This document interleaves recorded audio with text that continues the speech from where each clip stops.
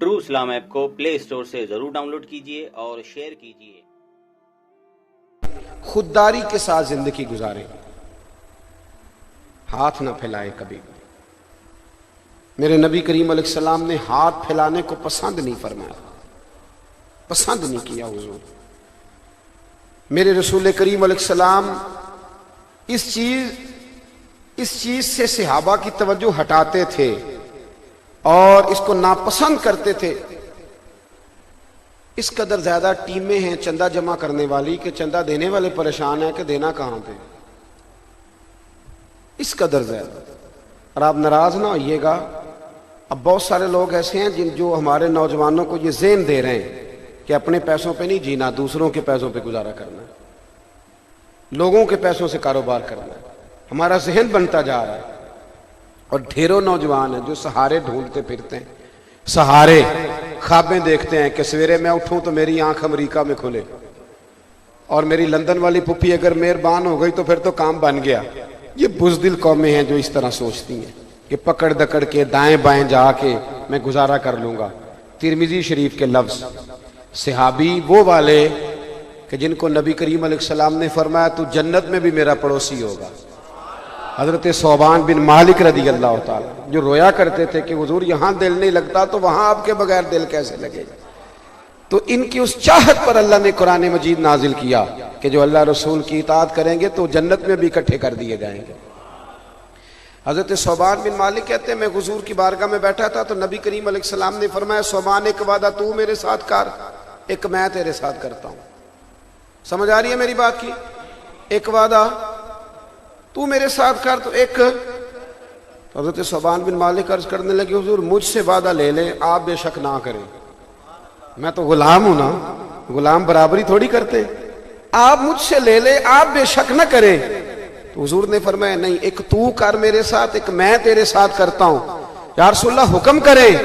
نبی کریم علیہ السلام نے فرمایا تو وعدہ کر، وعدہ کر، کسی دنیا دار کے آگے ہاتھ نہیں پھیلائے گا، اور میں تیرے ساتھ وعدہ کرتا ہوں رب تجھے بغیر حساب کتاب جنت عطا فرمائے گا۔ ایک ہے اللہ والوں سے مانگنا، وہ تو عین اللہ سے مانگنا ہے، لیکن ایک ہے سیٹھوں، نوابوں، دنیا داروں کی جیبوں پہ نظر رکھنا اور پلاننگ کرنا لوگوں کو کھانے کی، لوٹنے کی۔ یہ زندہ قوموں کا شیوا نہیں۔ خودداری، عزت نفس، وقار، جو اللہ نے دیا اس پہ راضی رہنا اور کہنا یہی میرے حق میں بہتر تھا جو رب کریم نے مجھے دیا ہے۔ یہ آپ کو مطمئن کرے گا، یہ آپ کو سکون دے گا، یہ چیز آپ کو طاقتور کر دے گی، یہ آپ کے مزاج میں پختگی لائے گی، یہ آپ کو کھڑا ہونا سکھائے گی کہ جو اللہ نے میرے لیے بہتر سمجھا مجھے رب کریم نے عطا فرمایا۔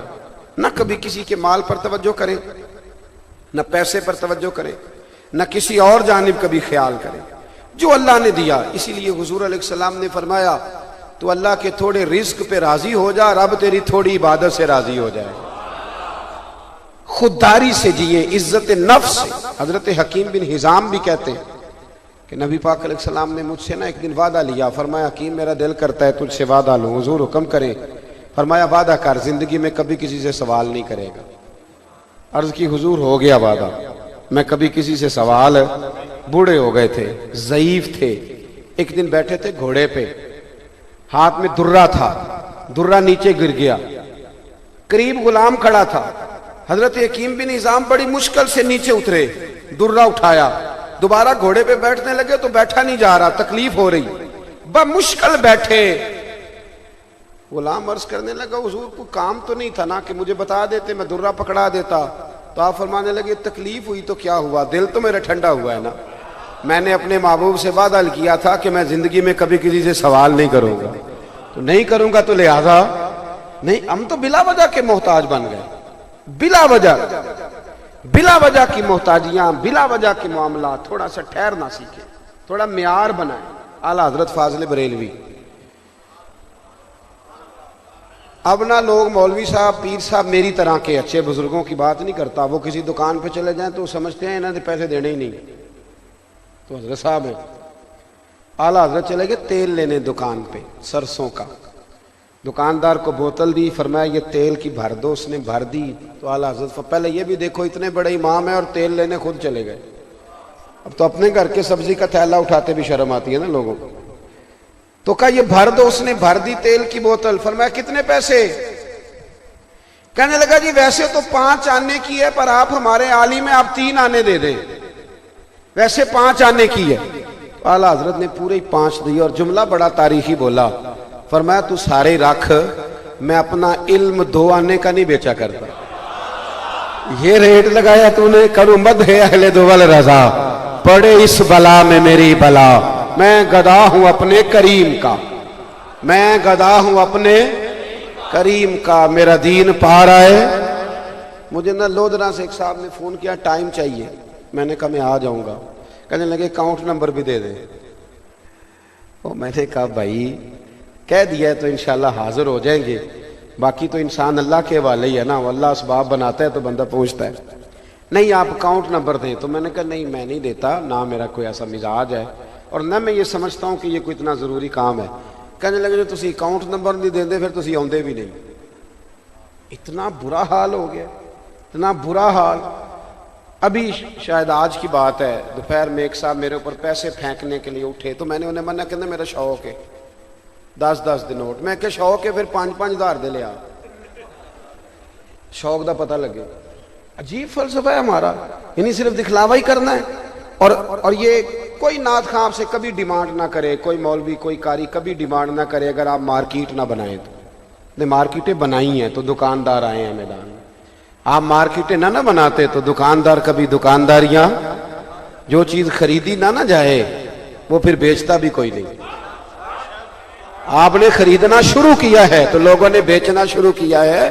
اعلیٰ حضرت فاضل بریلوی کے چھوٹے شہزادے مفتی اعظم ہند مولانا مصطفیٰ رضا خان صاحب بہت بڑے عالم تھے ہمارے, علامہ ارشد القادری رئیس القلم.